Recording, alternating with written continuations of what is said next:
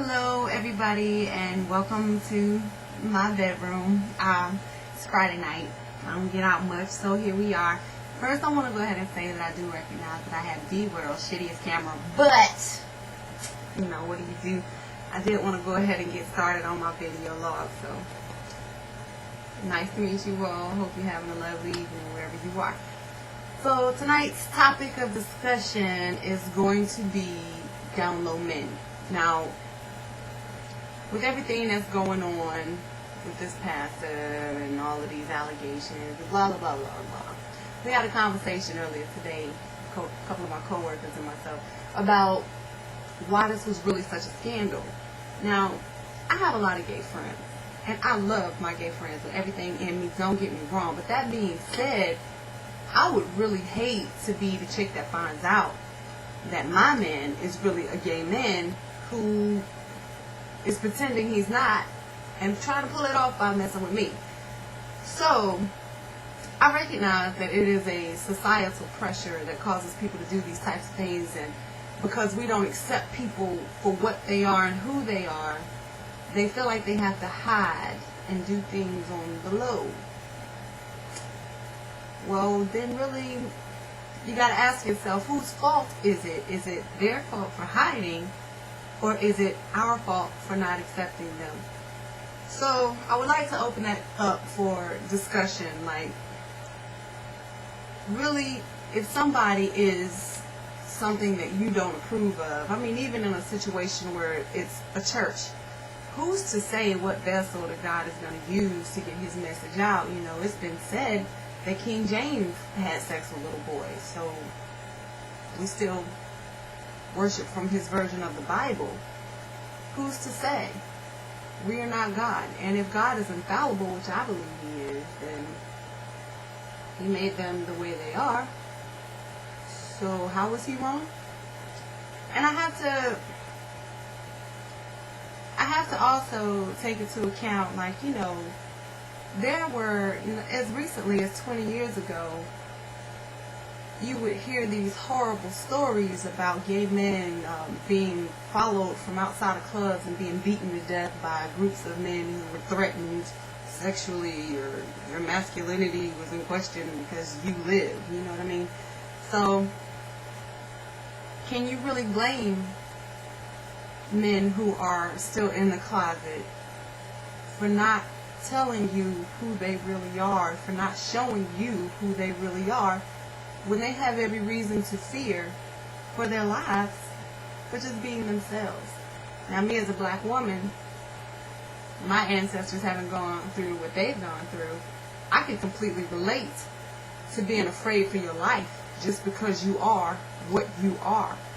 I am a sincere believer that being gay is not something that you have an option of. I believe that there are men out there who are very, very religious and try with everything in them, because they believe what they believe, to fight what they feel and who they're attracted to. But really, can you control that? Men, I ask you, if you're walking down the street and you see a chick with a fatty, can you control how you respond to that? Can you control that when you see that you like it? I mean, really, you don't have no control. It's not a choice. It's really not a choice. Now, you can choose how you respond. Like, are you going to holler, or are you going to walk on by because your girl's standing next to you? Those are options that you actually have, but whether or not it's attracted to you, whether or not you like it, that's not something you can control. What we, as a society, can control is our level of acceptance of people for what they are. Now, you don't have to approve or condone or assist in it if you don't agree with it. You can pray for a person, you know, you can ask God why, I don't know, but you do not have to make a person feel so threatened that they can't even be themselves. How would you feel if you couldn't even be yourself? Wow. Me, Cristal, couldn't be Cristal? You mean to tell me because somebody don't like it, because society got a problem with it, I can't be me? Ugh, I don't know how I feel about that. Like, I really don't think I would like being put in that position. So this pastor, I ain't even getting ready to get in no particulars, but does this man deserve forgiveness? Have his good works and his good deeds outweighed the bad of his current situation? And really, how bad is his current situation? You're talking about dudes that's 18, 19 years old. That's old enough to know whether or not they want to have sex with somebody, male or female. I mean,